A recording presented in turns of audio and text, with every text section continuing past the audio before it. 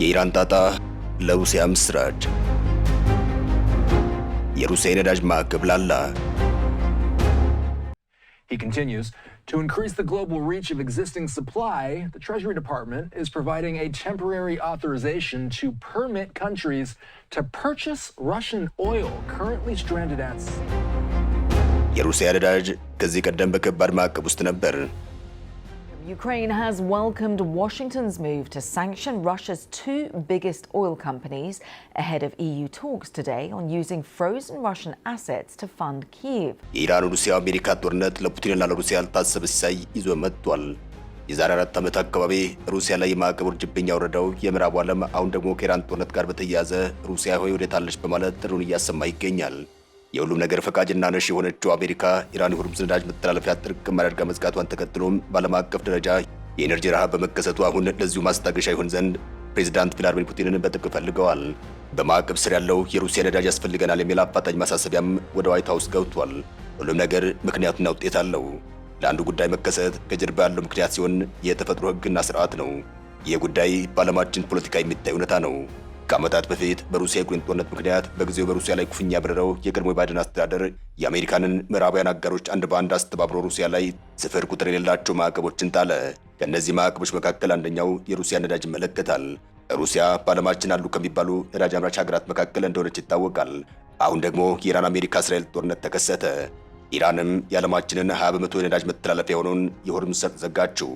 ይህ ሰርጥ ከተዘጋ ቀናት ቢቆጠሩም ማስከፈት አልተቻለም። በዚህም በዓለማችን ላይ የነዳጅ ረሃብ ተከስቷል።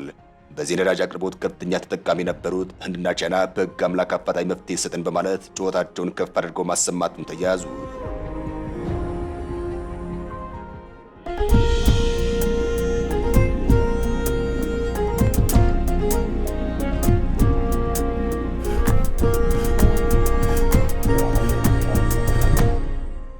በአሜሪካና በሌሎች ሀገራትም የነዳጅ ዋጋ በከፍተኛ ሁኔታ አሻቅቧል።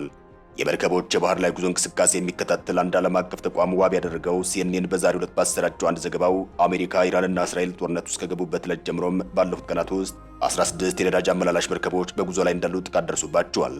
ጥቃቱ የደረሰው በሆርሙዝ መተላለፊያ አካባቢ ሲሆን ከዚህ ባለፈም ኢራን የባህር ውስጥ ፈንጂዎችን ቀብሬያለሁ ማለቷ ሌላኛው ፈተና ሆኗል።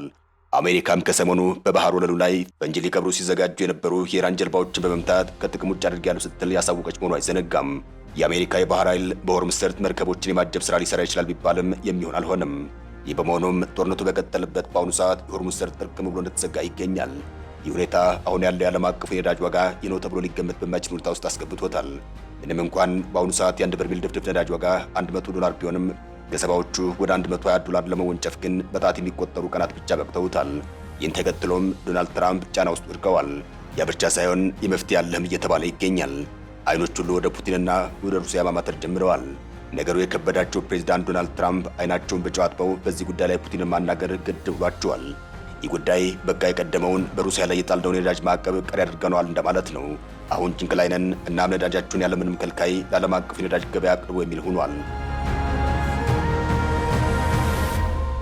እዚህም አሜሪካ ከእስራኤል ጋር በመሆን ኢራን ላይ የከፈተችው ጦርነት የፈጠረውን ኢኮኖሚያዊ ጫና ለማቃለል ስትል ከዚህ ቀደም ሀገራት የሩሲያ ነዳጅ እንዳይገዙ የጣለችውን ማዕቀብ ያነሳች መሆኑን አስታውቃለች። እዚህ የትራምፕ አስተዳደር ውሳኔ መሰረትም አገራት ቀድሞውኑ በመርከቦች ተጭኖ ባህር ላይ ያለ ነዳጅ መግዛት ተፈቅዶላቸዋል። He continues, to increase the global reach of existing supply, the Treasury Department is providing a temporary authorization to permit countries to purchase Russian oil currently stranded at sea. የጊዜያዊ ውሳኔ የተላለፈውም በጦርነቱ ወቅት በዓለም ኢነርጂ ገበያ ላይ መረጋጋት እንዲፈጠር ለማድረግ እንደሆነም የአሜሪካ ግምጃ ቤት ሚኒስትር ስኮት ቤኔት መናገራቸውን የቢቢሲ ዘገባ አመላክቷል። ይህ ውሳኔ እስከ መጨረሻ የሚቀጥል አይደለም ተብሏል። አሁን የመውጫ ቀዳዳ የተፈለገው ኢራን የሆርሙዝ የነዳጅ መተላለፊያን ጥርቅም አድርጋ ከመዝጓቷ ጋር ተያይዟል።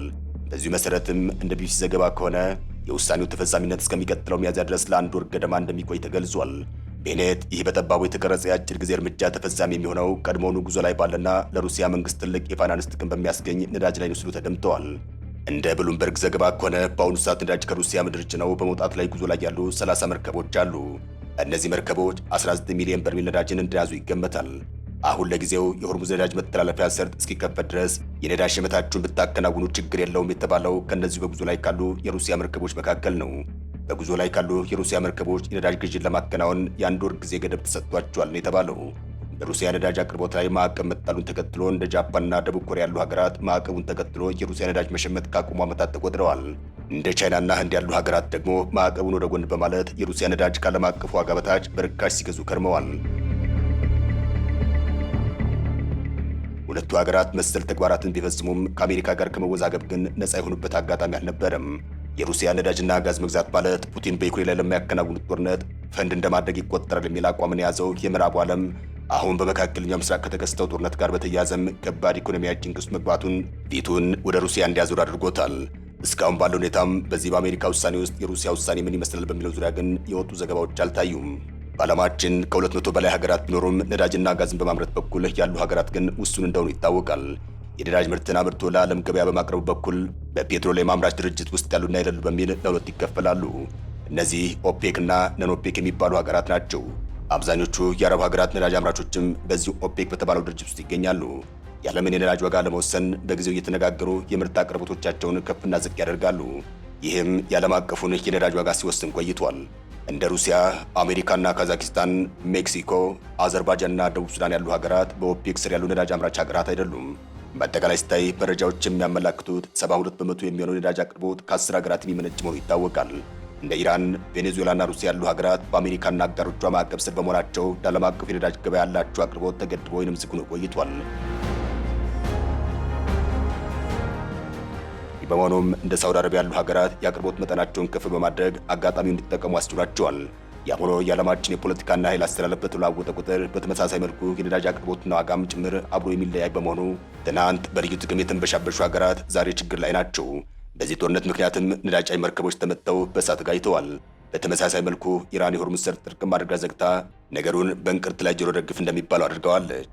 ከዚህ ባለፈም ኢራን ባለፉት ቀናት ሳውዲ አረቢያን ጨምሮ በመካከለኛው ምስራቅ ነዳጅ አምራች ሀገራት መሰረተ ልማቶች ላይ ያደረሰቻቸው ጥቃቶች በራሳቸው በነዳጅ አቅርቦቱ ላይ ያስከተሉት ጉዳት በቀላሉ የሚታይ አልሆነም። እነዚህ ሁሉ ሁኔታዎች ተደማምረው የዓለም አቀፉ የነዳጅ አቅርቦት እንዲስተጓጎል አድርጎታል። በዚህ መጠን የዋጋ ንረት ተከስቷል። በዓለማችን የነዳጅ ዋጋ መጨመር በራሱ ነዳጅ ላይ ተወስኖ የሚቀር አይሆንም። ነዳጅ የብዙ ነገሮች ግብዓትና አንቀሳቃሽ ነው። ያ በመሆኑም የነዳጅ ዋጋ ከፍና ዝቅ ማለት የዓለማችን ኢኮኖሚ ትርታ በዚያው መጠን ከፍና ዝቅ የሚያደርገው ይሆናል። የፔትሮሊየም ምርት አንዱ ግብዓት የሆነው የጋዝ ዋጋ ተያይዞ መጨመር የማዳበሪያ ዋጋ እንዲንር አድርጎታል። የማዳበሪያ ዋጋ መጨመር በቀጣይ በእህል ምርቶች ላይ የሚያስከትለው የዋጋ ንረት በቀላሉ የሚታይ አይሆንም። ይህ ጉዳይ በተለይ በደሃ ሀገራት የዕለት ጉርስ ላይ ሸማቾች ላይ የሚያደርሰው አሉታዊ ተጽዕኖ በቀላሉ የሚታይ አይሆንም። የዚህ ጦርነት ጣጣ በጦርነቱ ማብቃት ብቻ የሚያበቃ መስሎ አይታይም። በአጭርና ቢያንስ በመካከለኛ ጊዜ የሚያስከትለው አሉታዊ ተጽዕኖ ቀላል እንደማይሆን ተንታኞች የተናገሩ ናቸው። አሁን ለፑቲንና ለሀገራቸው ሩሲያ መልካም ዕድል ነው የሚሉ በርካታ አስተያየቶች እየተሰሙ ይገኛል። እንዲህ አይነት ሁኔታዎች ብዙም የማይሞቃቸውና የማይበርዳቸው ፑቲን ምንም ያሉት ነገር የለም። ይህን የነዳጅ ማዕቀብ ማላላት ማለት በማዕቀብ ውስጥ እየላሸቀ ያለውን የሩሲያን ኢኮኖሚ መልሶ እንዲያሰራራ ማድረግ መሆኑ መታወቅ አለበት ቢባልም ከዚያው ከአሜሪካ የአሁኑን የፕሬዝዳንቱን ውሳኔ የተቃወመ አልጠፋም። አንደኛው ይህን የፕሬዝዳንት ትራምፕን ውሳኔ የተቃወመው በሴኔት የውጭ ግንኙነት ኮሚቴ ውስጥ አባል የሆኑት የኒው ሃምፕሻየሩ የዲሞክራት ሴናተር ጃን ሻይን በኤክስ ገጻቸው ባጋሩት መልእክታቸው ላይ ከዚህ ቀደም በሩሲያ ላይ በተጣሉ ማዕቀቦች የሀገሪቱን ኢኮኖሚ የበለጠ ጫና ውስጥ እየከተቱ ከመቀጠል ይልቅ እንዲህ አይነት ውሳኔዎችን በማስተላለፍ ለፑቲን ያልታሰበ ገቢ ካዝናው እንዲያስገባ ማድረግ ፈጽሞ ተቀባይነት የለውም ሲሉ በጥብቅ ተቃውመዋል። እስካሁን ባለው ሁኔታ በሀገር ደረጃ በሩሲያ ነዳጅ ላይ የተጣለው ማዕቀብ በመነሳቱ ጥብቅ ተቃውሞ ያሰማችው ዩናይትድ ኪንግደም ናት። ዩናይትድ ኪንግደም በዚህ ተቃውሞ ለሩሲያ የነዳጅ ማዕቀብ ማንሳት ማለት በዩክሬን ላይ የምታቀጣጥልበትን እሳት ማቀበል ማለት ነው ስትል የትራምፕን ውሳኔ አጥብቃ ተቃውማለች።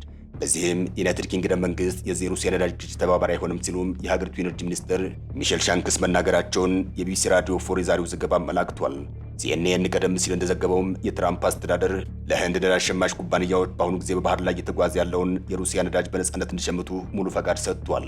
የነዳጅ መስተጓጎሉ እየተባባሰ መሄድ እጥረቱ በሀገራት ፍጆታን በመቀነስ ድንገተኛ የነዳጅ ክምችትን በመጠቀም ጭምር በከባድ ኢኮኖሚ ጫና ውስጥ እየገቡ መሆኑን የሲኤንኤን ዘገባ አመላክቷል።